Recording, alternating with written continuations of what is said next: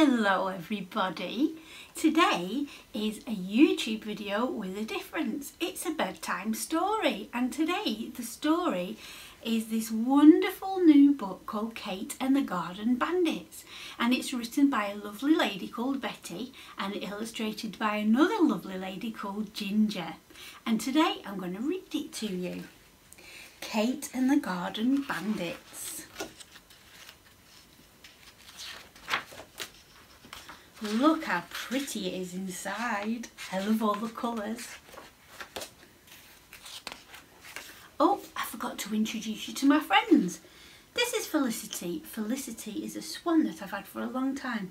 She's a little bit temperamental. Sometimes she falls off a stool, so we have to be very careful with Felicity, but she does like a good bedtime story. And this is Wilbur. Wilbur is a dog that was made by an old lady, and he's so cosy and cuddly, and we snuggle up together in bed, don't we, Wilbur? We do. Let me put you on this side so I can read this lovely book. So let's get into the story. Get yourself comfy. You all snuggle down. Get yourself a blankie so you're all cosy and warm. Cate and the Garden Bandits. A sharp buzzing sound pierced the morning calm. Startled, Cate tumbled off her leaf onto the cold, wet grass. Bzzz! Ouch! Mumbled Cate, still half asleep in her daydream. Oh dear. It's 10 a.m, muttered a chubby, fuzzy, yellow and black striped creature. What do you think he is? He zipped away and disappeared near a rock pile close to a big maple tree. Cate looks very confused, doesn't she?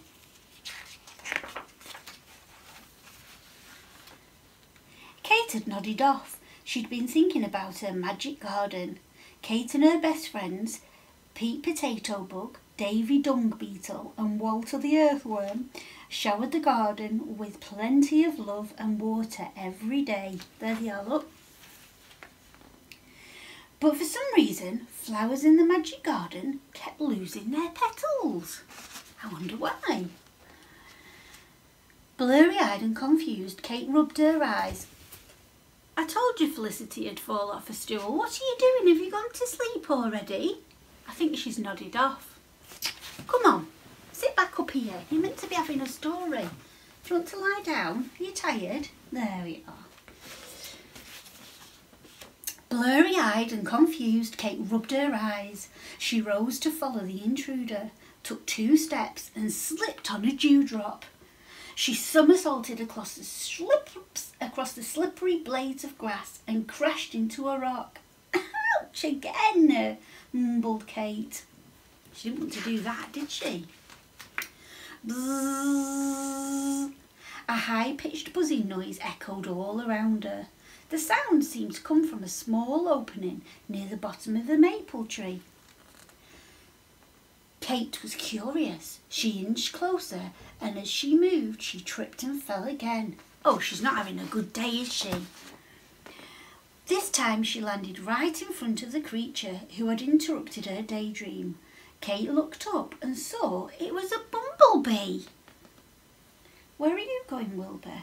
You get cosy too there with Felicity. The bumblebee had big round eyes. A large back patch covered one of them. Cate was frightened. Who are you? The bumblebee bellowed. Well, my name is... Never mind, he grunted as he scuttled away. Oh, he sounds cross. To her surprise, Cate saw that he left a trail of flower petals behind him. Wait! Stop! Thief! Cate shouted. She moved quickly along the green blades of grass to try and catch him. The bumblebee flew straight into the maple tree, and it seemed to vanish. He was there 1 second, and then he wasn't. As she got closer to the tree, Cate saw a hole in the ground. It looked like a doorway to an underground tunnel. Flower petals covered the ground near the hole. They were not just any petals. They were the petals missing from the flowers in Cate's magic garden. There were hibiscus petals and sunflower petals, and there were also colourful rose and daisy petals that adorned the pathway to the hole in the ground. Cate thought about her friends, Pete Potato Bug, Davy Dung Beetle and Walter the Earthworm, who worked day after day in the magic garden. Cate knew they would be sad if they could see these beautiful flower petals scattered all over the ground. Suddenly Cate understood what had happened to the flower petals. Snap! I found the Garden Bandits, she cried. She was about to shout out for help when the sky filled with what seemed to be an army of black and yellow creatures. Bumblebee drones! Their wings made the buzzing sound, and before Cate could even blink, the swarm of drones surrounded her from every direction. The sound filled the air. It got louder and louder. Help! Please help me! Cate gasped as she fainted into the darkness. Wake up, said a voice that seemed to come from far away. Cate felt two tiny antennae poking her face. Dizzy and afraid, Cate slowly and bravely opened her eyes, and what she saw surprised her. Hovering above her was the one-eyed bumblebee drone. He was the same bee who had startled her that morning. But seeing him up close, Cate could see that he wasn't scary after all.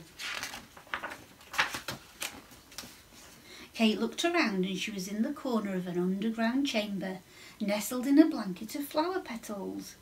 The chamber was filled with what looked like a golden nest made of tiny yellow and orange bubbles. Inside each bubble was a larva, a baby bumblebee. Look at all the faces. A beautiful queen bee with bright wings sat in the middle of the nest. Drones and worker bees buzzed all around her. The queen was surrounded by the colourful flower petals taken from Cate's magic garden. Suddenly everything was clear. Cate was overwhelmed with compassion and filled with empathy. The bumblebees were not thieves at all. They'd simply been gathering nectar and pollen to feed the babies, and their queen and the flower petals made wonderful decorations. When the old bumblebee saw Cate understood, a tear filled his one good eye. He gazed at Cate with a look of pure love and kindness. Cate, we can't thank you enough, he said. The nectar of flowers in your garden, they keep the babies alive. And when they grow up, they will return to your garden. They'll work hard to pollinate those flowers again and again. That's our job. Nature depends on us. Cate was so happy she could hardly wait to tell her three friends about her adventure and her discovery. The mystery of the Garden Bandits had been solved. Cate looked around one last time, said goodbye to the one-eyed bumblebee, and made her way to the door. The queen bee was smiling, and so was Cate. We do love a happy ending, don't we, to a story? And bumblebees are very important, and that's why we need to keep flowers growing so the bumblebees can come, because bumblebees also pollinate our food. So all the vegetables you eat and all the fruit you eat, bees and other pollinators all come along and pollinate them so they can grow. I hope you're all cosy and you enjoyed the story. And to know, in the back of the book is a lovely glossary of words to learn. So there's all different words I read out in the book, and they're all in the back of the book for you to learn. And then on the back of the book, the last page, we can meet the ladies who wrote and illustrated the book. So this is Betsy, there she is smiling, and there's Ginger. Oh, was you having a little snooze? It's a good story, isn't it? And Felicity needs to go to bed, I think. She's very, very tired.